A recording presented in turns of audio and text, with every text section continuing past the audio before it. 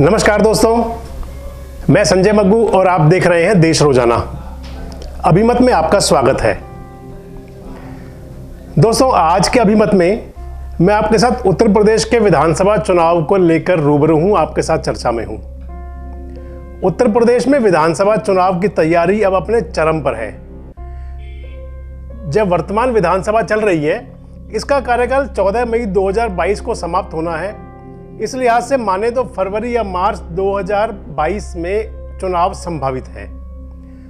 उत्तर प्रदेश में सभी राजनीतिक दल पूरी तरह से इस समय चुनावी मोड पर आ चुके हैं।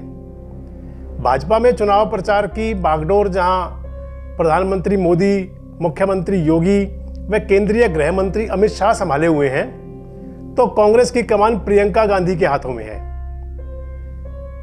2022 में बाइसिकल के नारे के साथ पूर्व मुख्यमंत्री अखिलेश यादव फिर मैदान में हैं, तो बसपा सुप्रीमो मायावती भी ताल ठोक रही हैं। आम आदमी पार्टी और असदुद्दीन ओवैसी की ऑल इंडिया मजलिस-ए-इत्तेहादुल मुस्लिमीन सहित और भी कई क्षेत्रीय पार्टियां अपना जौहर दिखाने को तैयार हैं। क्योंकि उत्तर प्रदेश के चुनाव में पूर्वांचल अपनी बड़ी महती भूमिका अदा करता है, कारण कि वहां 164 विधानसभा सीटें हैं जो किसी भी राजनीतिक दल के लिए संजीवनी का काम करती हैं। पूर्वांचल के लक्ष्य को साधते हुए तथा वहां के चुनावी माहौल को धार देते हुए गृह मंत्री अमित शाह ने शनिवार को आजमगढ़ से अपना चुनाव प्रचार का आगाज किया। आजमगढ़ दोस्तों अखिलेश यादव का संसदीय क्षेत्र है, जहां से कि अखिलेश यादव संसद में यूपी का प्रतिनिधित्व करते हैं। आजमगढ़ में हुई जनसभा में अमित शाह ने योगी आदित्यनाथ की शान में जमकर कसीदे पढ़े, तो वहीं दूसरी तरफ अखिलेश यादव के जिन्ना प्रेम को भी उन्होंने रेखांकित किया। जैसे ही चुनाव आया है, अखिलेश जी को जिन्ना बहुत महान दिखने लगे। और मित्रों, सबसे बड़ा काम अगर भाजपा के शासन में हुआ है तो उत्तर प्रदेश को माफिया राज से मुक्ति दिलाने का काम योगी आदित्यनाथ। आजमगढ़ इसका उदाहरण है। कैराना से लोग पलायन कर रहे थे, बच्चियों की उच्च शिक्षा नहीं हो पाती थी। आज मैं गर्व के साथ पूरे देश भर के अंदर कहता हूं कि माफिया उत्तर प्रदेश छोड़कर चले गए हैं।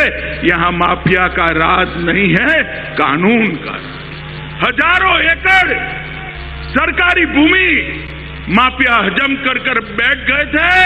योगी जी ने कठोरता के साथ इसको खाली कराकर वो भूमि को विकास के काम में लगाने का काम किया है।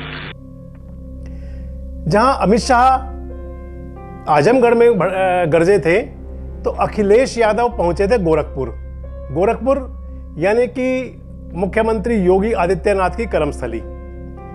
और गोरखपुर में अखिलेश यादव ने यूपी सरकार के विकास के दावों को आईना दिखाते हुए यह बताया कि पूर्वांचल का सरकार में वह विकास नहीं हुआ जो होना चाहिए था। ये बता रहा है कि आने वाले समय में परिवर्तन होना तय है और बदलाव होके रहेगा। आज जनता निराश हुई है इनकी सरकार में।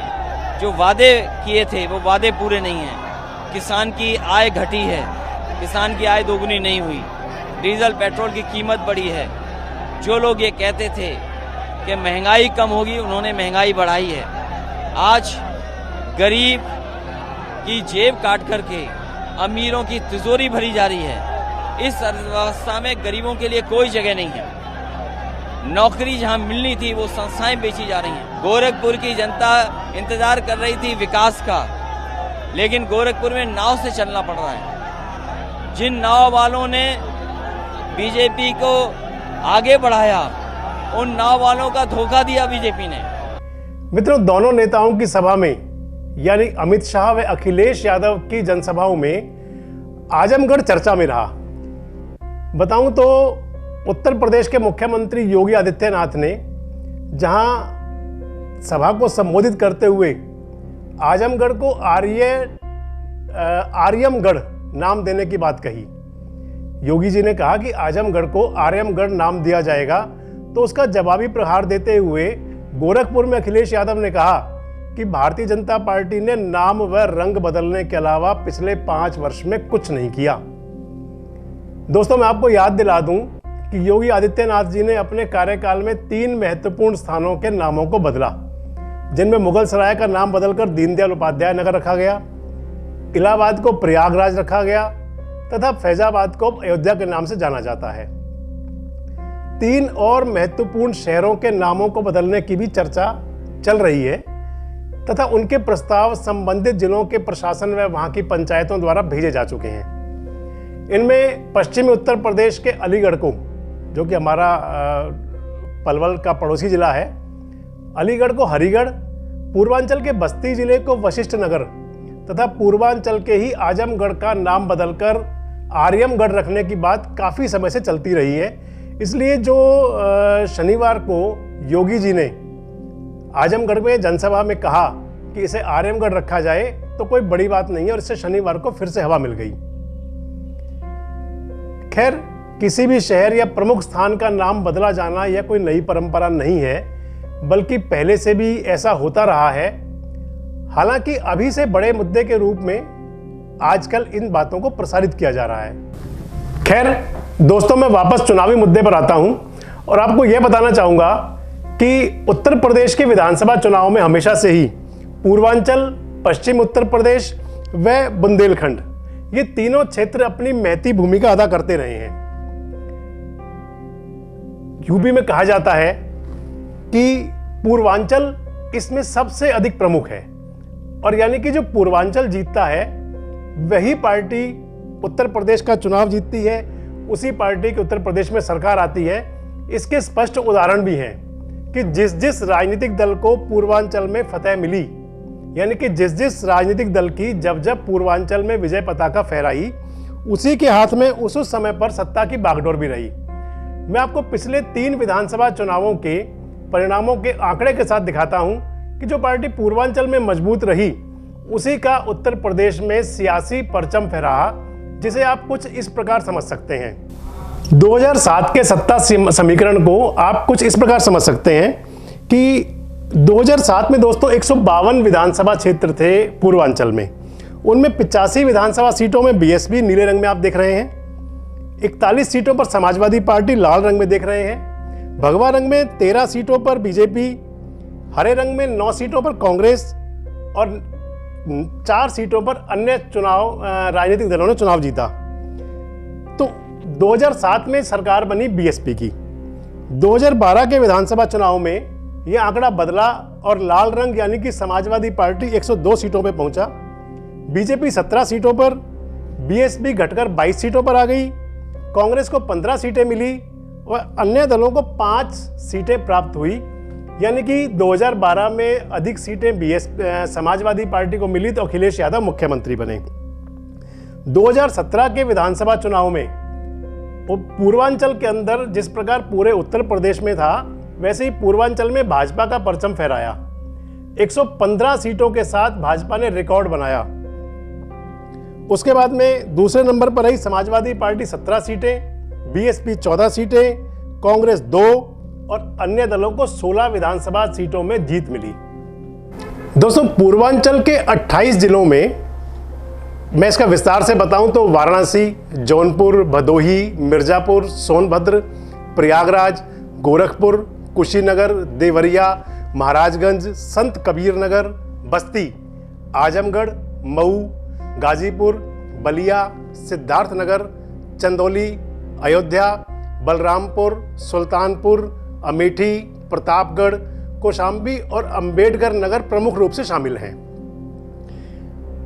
इन 28 जिलों के 164 विधानसभा सीटों में भाजपा ने 2017 के चुनाव में 115 सीटों पर कब्जा जमाया था। हालांकि उस समय भी भाजपा 10 जिलों में कमजोर रही थी। मैं आपको याद दिलाऊं 1991 का चुनाव कि जब राम मंदिर की लहर थी और राम मंदिर के रथ पर सवार थी भाजपा, उस समय जब यूपी में भाजपा की कुल 221 सीटें आई थी, क्योंकि उस समय परिसीमन नहीं हुआ था और पूर्वांचल के अंदर 28 जिलों में 152 विधानसभा सीटें थी, उनमें से 82 सीटों पर भगवा लहराया था, जबकि उसके बाद साल दर साल भाजपा के जनाधार में गिरावट आई। 1991 के बाद दोस्तों 2017 का चुनाव आया, जबकि भारतीय जनता पार्टी का ग्राफ उठा और 28 जिलों की 164 विधानसभा सीटों में से 115 सीटें भाजपा ने जीती। और यह पूर्वांचल का भी और भाजपा का भी आज तक का रिकॉर्ड है। मैंने भी आंकड़ों में दिखाया भी था आपको। चुनाव पर आपको मैं विस्तृत चर्चा में बताऊं या आपको विस्तार से जानकारी दूं तो प्रयागराज के मेरे मित्र हैं, एक वरिष्ठ अधिवक्ता है नरेश तनेजा। उन्होंने मुझे पूर्वांचल के चुनावी गणित को समझाते हुए बताया कि इस समय वर्तमान में यानी कि योगी सरकार सिर्फ जनता को एक संदेश देना चाहती है, एक मैसेज देना चाहती है कि पूर्वांचल का विकास सिर्फ भाजपा ही कर सकती है, इसलिए यह रस्साकशी इस समय तेजी पर है। दरअसल भाजपा का एक एजेंडा और भी है कि वह उन 10 जिलों में भी अपनी स्थिति मजबूत करना चाहती है, अपनी पैठ मजबूत करना चाहती है, जहां वह 2017 के चुनाव में कमजोर थी। बीजेपी की इस कोशिश को हमें इस प्रकार भी देखना चाहिए कि वैसे विपक्ष के पास अभी पूर्वांचल को लेकर कोई रणनीति दिखाई नहीं दे रही, तो तनेजा जी का समझना यह भी है कि शायद अब भी भाजपा पूर्वांचल में बढ़त में रहेगी। वैसे मैं आपको एक बात और बताऊं दोस्तों कि पूर्वांचल में किसी भी पार्टी का कोई वोट बैंक नहीं है। आप स्वयं स्थिति समझें तो पूर्वांचल में चुनाव के दौरान धर्म और जातिवाद दोनों चलता है। इसे और अगर गहनता से समझें तो 2007 के चुनाव में जबकि मायावती जी मुख्यमंत्री बनी थी तो ब्राह्मण, दलित और मुस्लिम समीकरण बना और बहुजन समाज पार्टी पूर्वांचल को फतह कर गई। 2012 के विधानसभा चुनाव में माई चला था, आप ध्यान कीजिएगा, मुस्लिम और यादव समीकरण बनाया था समाजवादी पार्टी ने। उसका असर दिखाई दिया तो पूर्वांचल में अखिलेश की साइकिल सरपट दौड़ी। और इसी प्रकार जब हिंदुत्व का भाव भाजपा ने जगा दिया, यानी कि जो 2017 का चुनाव था, आप मान के चलें कि उस चुनाव को हिंदुत्व के नाम पर लड़ा गया था और उस चुनाव में भाजपा को स्पष्ट बहुमत मिला। स्पष्ट बहुमत कहें या प्रचंड बहुमत मिला। 1991 के चुनाव के बाद भाजपा इसलिए कमजोर पड़ गई थी क्योंकि उसके पास कोई ऐसा मुद्दा नहीं था, कोई ऐसा समीकरण नहीं था और ऐसे प्रभावशाली नेता भी नहीं थे, यह मानने वाली बात है। 1991 में जब हिंदुत्व का मुद्दा भाजपा ने उठाया था तो मैंने आपको पहले भी बताया कि उस समय भाजपा को बहुमत मिला और उत्तर प्रदेश में भाजपा की सरकार बनी। पूर्वांचल के अंदर भारतीय जनता पार्टी को प्रचंड बहुमत मिला। 2014 में जब नरेंद्र मोदी प्रधानमंत्री बने तथा 2017 में फिर जब एक बार हिंदुत्व के एजेंडे को सामने रखकर चुनाव लड़ा गया तो फिर से पूर्वांचल में बहुमत मिला। एक बात और यहाँ ध्यान देने लायक है क्योंकि 1991 के बाद भाजपा का संगठनात्मक ढांचा जो है वो काफ़ी कमज़ोर हो गया था और आप मान लें कि वर्तमान समय में वह काफ़ी मजबूत है और योगी आदित्यनाथ जो है इस समय पूरे जोर के साथ में, अपने पूरी ताकत के साथ में और इसके साथ साथ ही भारतीय जनता पार्टी का सारा नेतृत्व पूरे यूपी को और खासकर पूर्वांचल को केंद्रित किए हुए हैं। पूर्वांचल के एक मेरे वरिष्ठ साथी हैं, वरिष्ठ पत्रकार हैं मदन पांडे। उन्होंने आज मुझे बातचीत में बताया कि उत्तर प्रदेश में जब भी सरकारें आती हैं तो सबका एक विशेष क्षेत्र पर फोकस रहता है। यानी कि समझें तो बसपा की जो सरकार रही 2007 में, उनका फोकस लखनऊ और नोएडा पर रहा और दिखता भी है कि नोएडा में बड़े बड़े पार्क और विशाल रूप से वहाँ पर जो कार्य किए गए, बड़े बड़े हाईवे बने, यह मायावती जी की सरकार में था। उसके बाद में 2012 में अखिलेश यादव मुख्यमंत्री बने। हालांकि पूर्वांचल ने उन्हें बड़ा समर्थन दिया था लेकिन उनका फोकस इटावा क्षेत्र पर रहा। अब चूंकि वर्तमान में मुख्यमंत्री खुद गोरखपुर से हैं, खुद पूर्वांचल से हैं और प्रधानमंत्री जी भी, उनका भी संसदीय क्षेत्र बनारस जो कि पूर्वांचल का हिस्सा है, ऐसे में केंद्र और राज्य सरकार दोनों का फोकस पूर्वांचल पर रहा। वहाँ जो विकास कार्य हुए वह तो ऐसा दिखाते हैं कि जैसे दोनों सरकारों ने वहाँ पर पूरा ध्यान दिया। हालांकि विपक्षी दल इससे इत्तेफाक नहीं रखते,